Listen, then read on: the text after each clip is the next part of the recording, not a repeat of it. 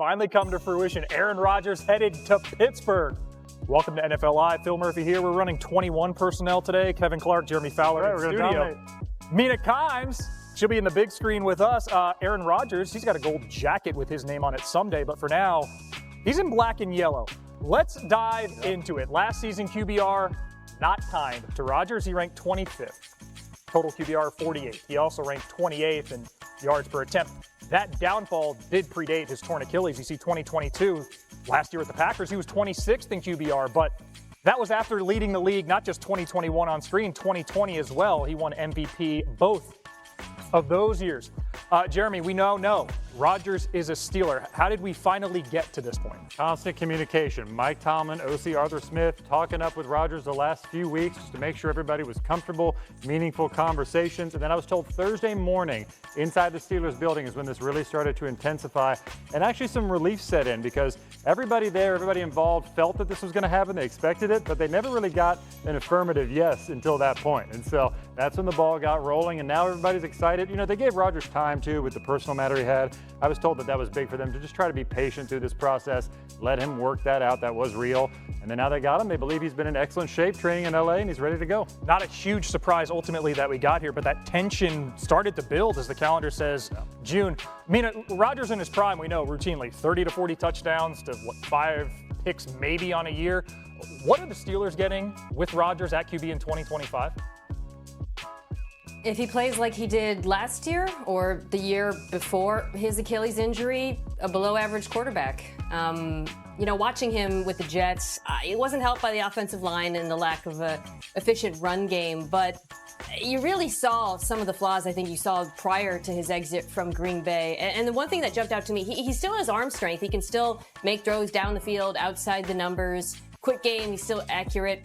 But the intermediate throws that the best quarterbacks in the NFL dine on in that 10 to 20-yard range was really missing for Rodgers last year in that part of the field. 10 to 20 yards, 30th in QBR, 30th in EPA per play, 29th in completion percentage over expected. Now, there's a chance that a year removed from his Achilles injury, maybe he's more comfortable moving around in the pocket, navigating pressure. But he's 42 years old. I don't know if that's a bet I'm comfortable to make, so I would keep my expectations pretty tempered. When I look at this situation, I'm going to give a take that you probably are not going to hear a lot. It's going to be fine. It's going to be fine. It's not going to be good. It's not going to be bad. It's going to be average, which is good enough to get the Steelers to the playoffs. When I think about Aaron Rodgers right now in his early 40s, I think about a guy who can't move, but what can he do? He can be really good pre-snap and he can throw the deep ball. That's two pretty good things. You add that with DK Metcalf and you got something cooking.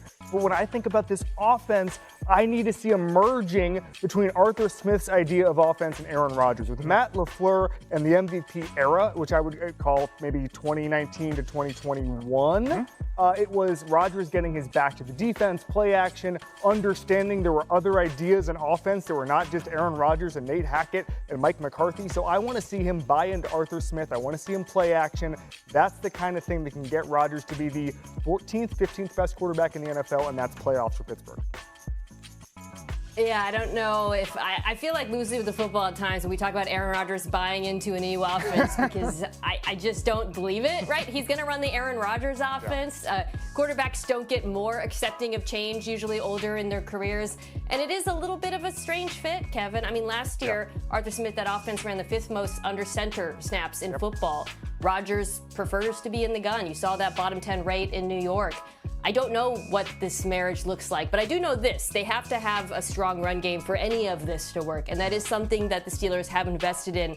So that would probably be my biggest case for optimism, that we see a better Rodgers than we did last year with the Jets. If they can run the football better, then maybe he'll be in better down a distance. A couple of years ago, I talked to Rodgers about how he basically invented that new offense with Matt LaFleur that won him an MVP, and a lot of it was blind throws. And who did he study when he was looking at blind throws?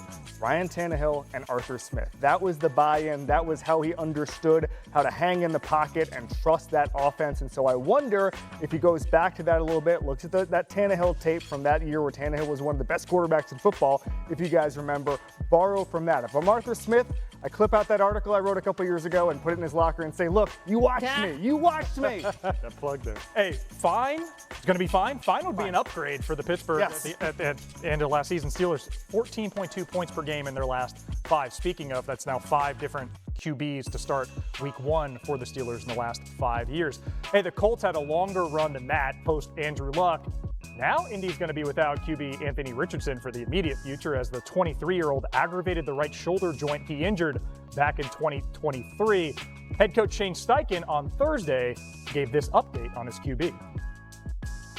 So we're going to set him out this week. Obviously, he'll sit out for mini camp.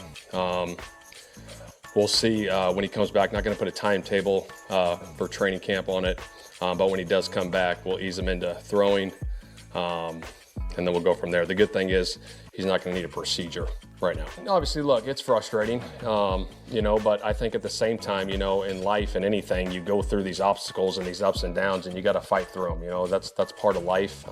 And like I said, he's in good spirits right now, so we'll work through it. Been a rough couple of years in the Colts QB stable.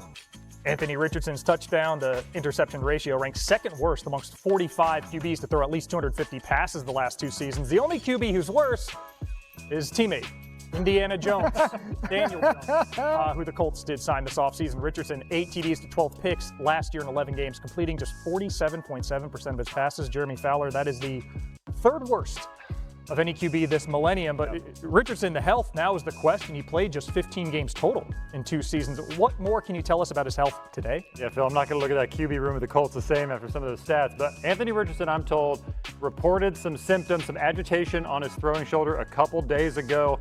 He had an AC joint fixed up surgically in 2023. So it's similar to that injury, but there's nothing structural based on the people I have talked to. They believe, looking at the scans, that there's no major red flag and that he simply does need rest. And the Colts are a little bummed by this because the coaches felt like he had some of his best 2 days of practice leading up to this point. And so I'm told the player fully expects to be back for the start of training camp. But this is a slippery slope here, as we know, because there have been a lot of injuries here. And the Colts are sort of cautiously optimistic, I would call it, based on some conversations I've had today. We had a whole full screen for it, and Kevin, GM Chris Ballard during Combine Week leaned into the word competition regarding this QB job. 2 weeks later, Daniel Jones puts pen to paper. Are we trending toward Jones being the starter, the QB1 in Indy? Yeah, you don't give Daniel Jones $14 million unless he's in a competition, all right? That's just the way quarterback salaries work in this league. He has thrown, Anthony Richardson, 348 passes in the NFL. In his first 2 years, that is the 2nd lowest of any top 10 pick in the last 20 years.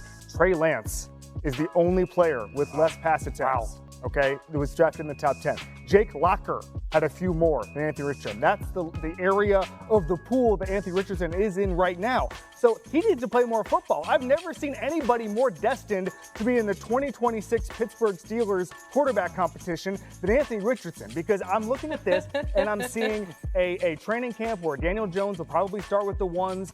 There's job preservation now going on in Indianapolis with Shane Steichen and Chris Ballard. They're going to want to get the 7, 8, 9 wins in order to keep their job. They're not going to want to take a flyer on Anthony Richardson and say, hey,